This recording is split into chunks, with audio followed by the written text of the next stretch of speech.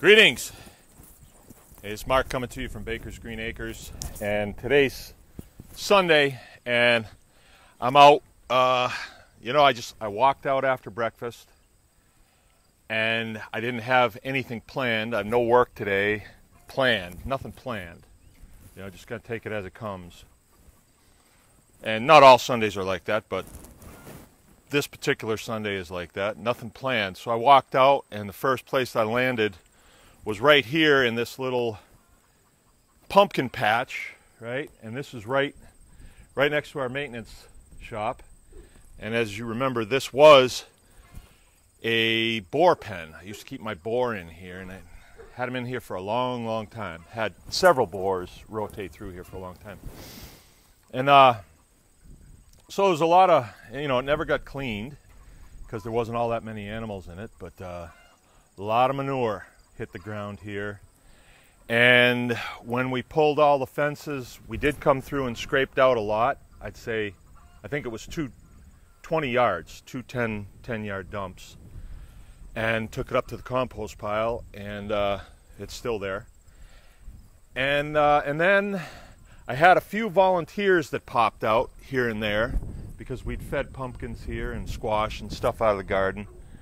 And the volunteers popped up, and if you don't know what that is, it's stuff we didn't plant, but it just germinated and came up, and they were real nice plants. If you're an expert, I suppose you'd know what they are, but I'm not a squash expert by any means. I do eat it though. And they were nice plants, and I didn't want to just turn them down. I had thought that we would put this into grass so I could, park on here and, put equipment on here if I needed to. But I didn't want to wreck those plants. So then I had some other plants that came up by the compost pile, and I knew I'd drive over them. And so I transplanted a bunch of them down here. And as you remember, they didn't do very well. They wilted almost immediately, and I thought they were going to die. But they came back, and this is what we have. And this is kind of an interesting position because I have a lot of water that comes down off this roof, and it makes a really wet area. But I've just been in there harvesting, and it's not wet at all. As a matter of fact, I probably need to I could run the sprinkler a little bit today. Nothing looks dry, but I could do that if I wanted to. But as I was doing this, I had an idea. And a lot of times when I say that around here, I have an idea, people run and hide. Excuse me. But this is one of those ideas that plays off another idea that I had, and I think I shared that one with you guys. But everything that grows out here is not a mistake. Whether I planned it or somebody else planned it, it's growing here for a reason. Some of the stuff, we call it weeds. And by calling it weeds, we're indicating to ourselves, I think, that it has no value. Well, what I'm doing is I'm going through and I'm pulling out the really big, nice, beautiful lamb's quarters, and there's a few other things here that I don't know. Purslane, it's really succulent. I'm pulling them out and I'm putting them in this cut-off barrel here with a rope on it, and then I'm towing it over to my pigs, and I chuck it in with them. And you wouldn't think, they're not calling it weeds. They're not calling it weeds. They're loving it. And we've always done this. My wife calls it weed and feed. But as I was doing this, I thought, well, if I'm going to use it for feed, and let's say I didn't have a feed source, and I had animals that I had to feed, and I didn't want to feed them the squash, and I didn't want to feed my kids the weeds, I guess, then as I was going through here, I wouldn't pick the little ones. I'd only pick the big ones because I need as much sustenance for my animals as possible. So my attitude towards these plants started to change, and when that happened, it went from, you know, drudgery of weeding to harvesting. You know, it's not drudgery being out in that garden and picking green beans. Not drudgery at all. I mean, my kids fight over who's going to do that, or picking raspberries, but you try to get them to weed, oh, not good.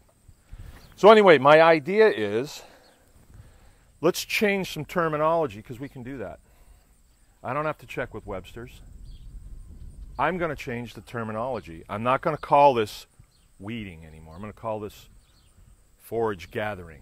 Forage gathering, because whether I feed it to those pigs, whether I feed it to these cows over here, or whether I feed it to that compost pile, it has value.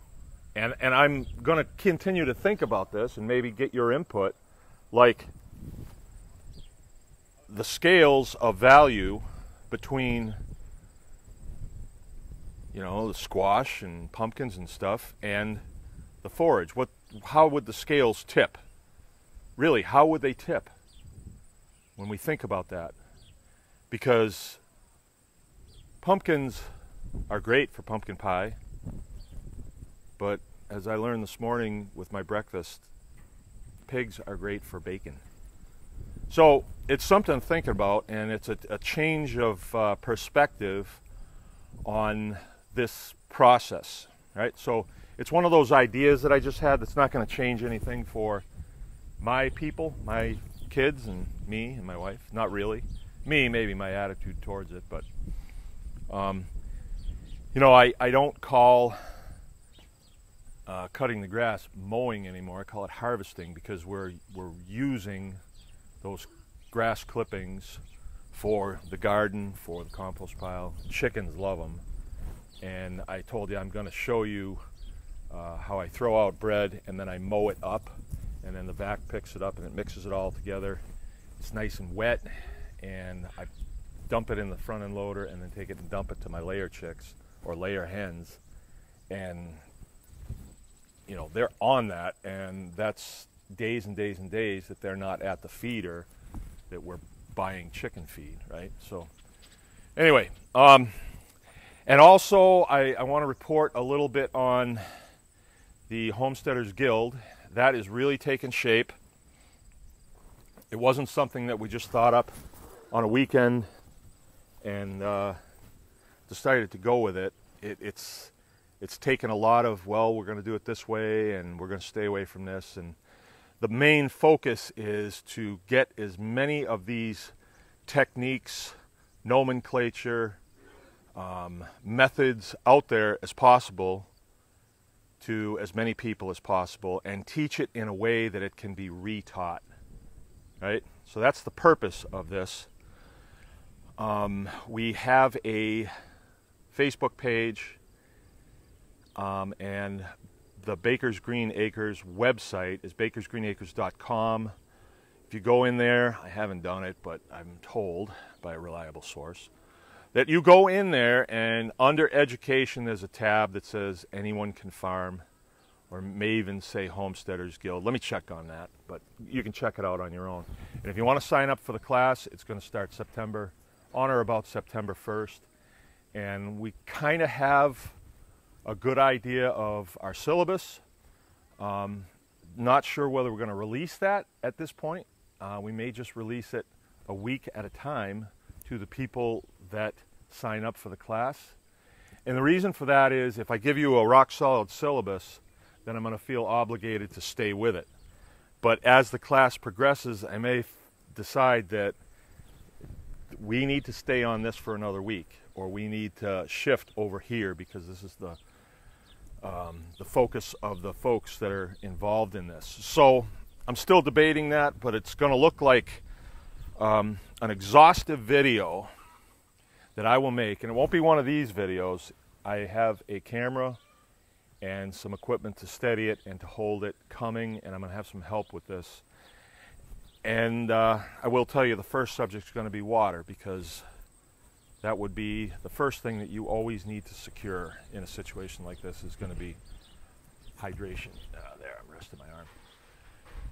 And I'm gonna go through everything that I know, everything that I have a functional working knowledge of, and I'll even touch on stuff that I don't, but I have a good idea that I could, you know, if I want to. And so we're going to go through as much of that as possible, and these videos will be, it depends. Some subjects not going to take me 3 hours to do, but some might. And the video will be released to the Facebook page. People who have signed up and paid for the course will have access to that. It'll go up on something like a Tuesday or something, no, like a Thursday. And then you'll have the weekend to implement some of the things that we think that you're going to need to do. And that's going to create more questions in your mind, because let's say on water, I say, well, you can get some of these parts at this store or this store or this store. Then you have the weekend to go do it. You can start putting them together, and then we'll have an open discussion on a Tuesday. And that'll be like after people get home from work. We assume most people work days.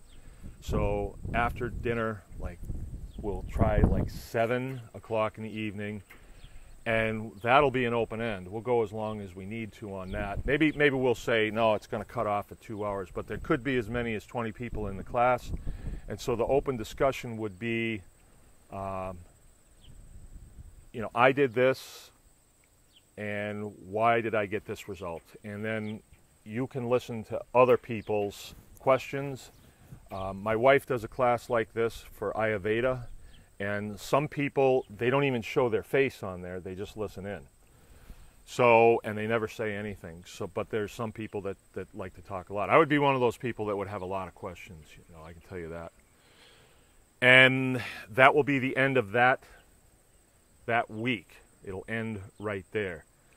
And then when we go to the next week, if you still have questions, or if you run into really major log jams, then you're going to have my phone, and you can call me. And we're going to decide like how many phone calls and how long are the phone calls, because honestly, there's people that would have me on the phone for hours, you know, and that happens now too. But I really am going to have to limit it with this, because we're talking, you know, 20 people per class, so we're going to have to limit it, and we're going to have to put the hours in place. As time goes by, I'm seeing to where there'll be an email messaging deal that, you know, obviously I am not a typist, but there is a way to do this to where the people that work on this staff know the answers to the questions, or if not, they can just come and find me and say, hey, what about this? And I give them an answer with my mouth, speech, you know, like on the phone, and then they can go and type it up and send it.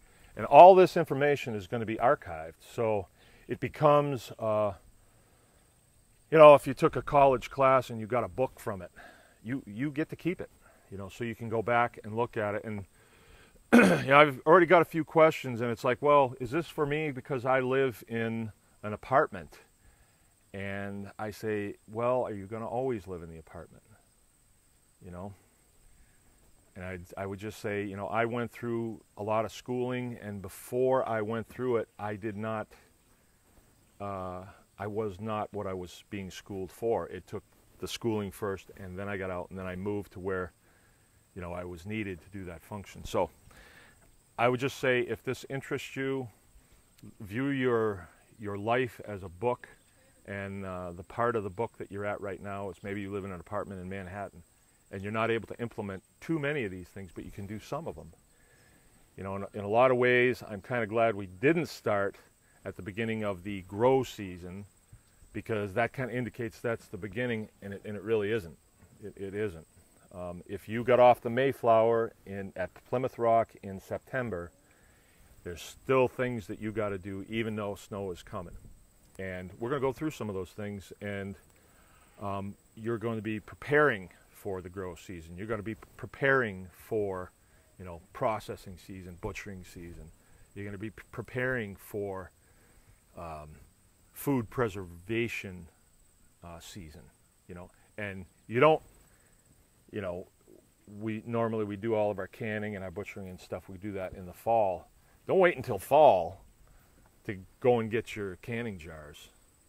Get them now, because now is when people are having yard sales and they tried it and didn't like it, and now they're giving it stuff away. See, so that's just an example, but there's tons of stuff like that, that if you've been in this process for a while, it's second nature. But somebody starting up, it's not second nature. So I'm really looking forward to this. It's sort of taken the place of,